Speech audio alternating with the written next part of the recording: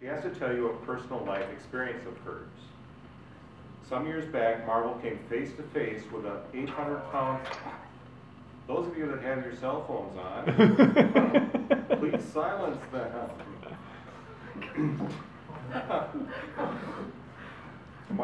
Some years back, Marvel came face to face with an 800-pound obstacle and had to make a split-second decision to save out of harm's way a young handicapped child.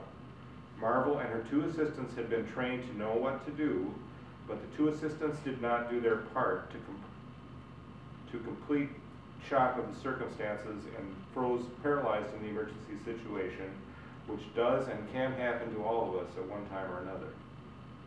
For this situation, God was guiding Marvel, and she believes in sending angels to help her out. Welcome Marvel as she tells us about her 800-pound challenge. Marvel?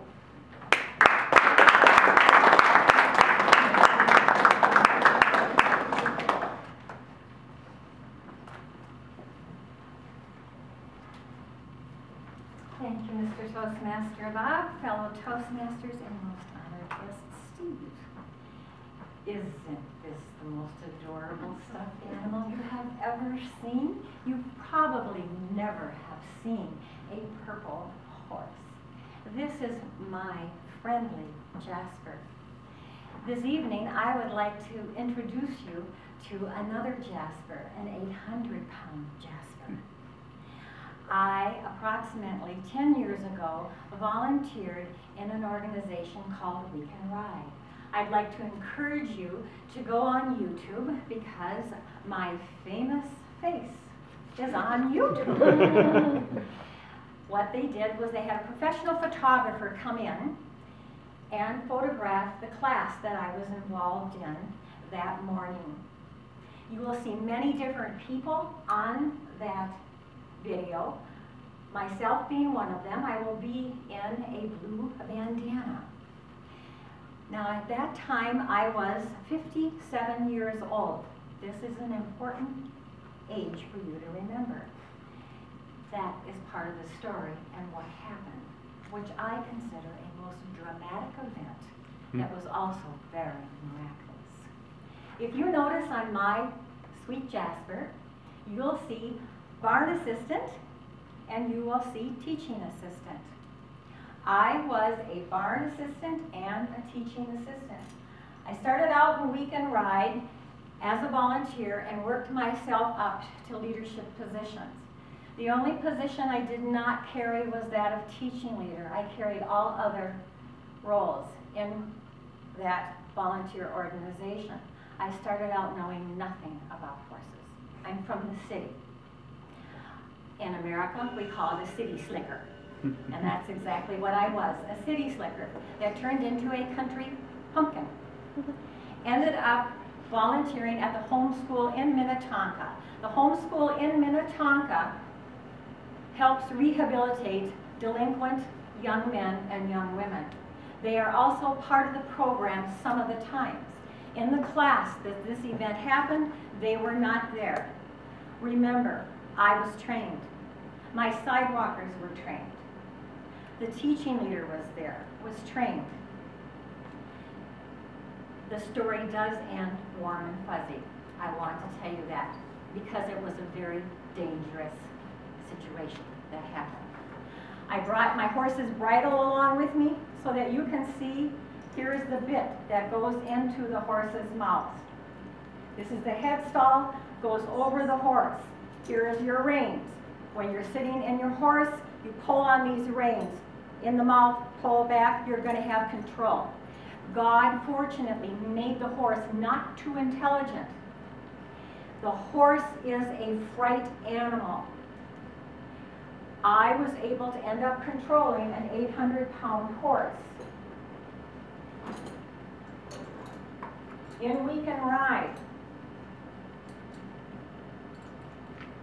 we only use the halter in most classes. Do you notice there's no bit? This goes over the horse's nose, over the head, the ears. The student has the reins here and here. All our students are handicapped or mentally challenged. We have 2 sidewalkers. The person that's the horse leader is an advanced person that takes care of the horse. My main objective is I'm taking care of the horse. I am not to talk with that darling little boy that's on the back of that horse. The sidewalkers are responsible for that child. I am to be constantly aware of what is going on around me, not what the sidewalkers are doing and not what that child is really doing. They are in charge of that child. I am in a room. Down there is the gate where the parents are. They're behind a gate that's latched.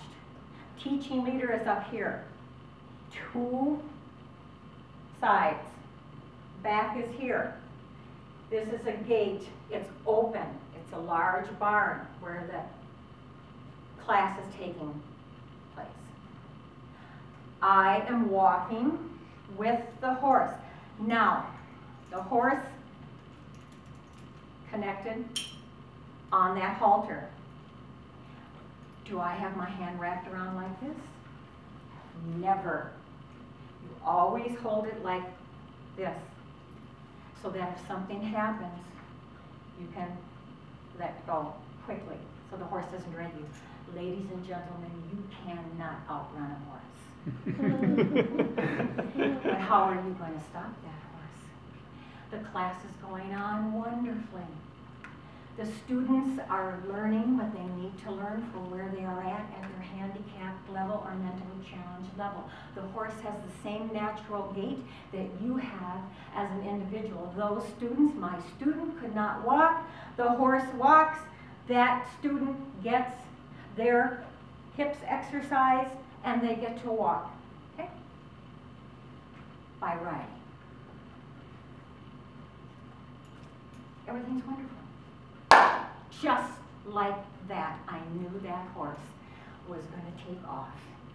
What are those sidewalkers supposed to do? They are to put their arms around that child, and they're to lift that child off. Did they do that? No. Human error. Stress. I have this child on. How am I going to stop this 800-pound frightened horse? Horses are picked, very well-trained horses. What am I going to do? Split-second decision. And the time that it takes to tell me this story, this happens. I take this rope like this. I have both my hands like this. And I take that, and I pull up. Remember, this is down here. I'm pulling up, and I'm pulling up, and I'm pulling again and again, and I'm turning that horse around. And stop, just like that. And that child, praise God, was still on the back of that horse, safe. And what does he say? Let's do it again. And my little legs are just a-shaking. Everybody else in the barn is silent because everybody knows what they're supposed to do in an emergency situation. The teaching leader came and took that child off. And why did this horse do that? Because one individual leader did not do their job. They had taken the homeschool boys out on a trail ride, and they didn't supervise them the way they should have, and the 3 boys came up here to where it was open, and that horse saw them coming at a gallop towards him, and he got scared to death, and he took off. A mistake of one person. What is the moral of this happy ending dramatic story? The moral is, whenever you are in a leadership position, you need to expect the unexpected. And you need to know what your role is, whether you are at your place of faith, whether you are in Toastmasters, whether you are on your job, whatever you are in charge of, you need to really know your role and know what you are going to do if an unexpected situation comes. Did I get angry with those 2 ladies? No. What did they do immediately? I'm sorry, I'm sorry. They knew what they did wrong. They punished themselves enough. And I know they learned from that lesson. And I'm thankful that God was there to help me out.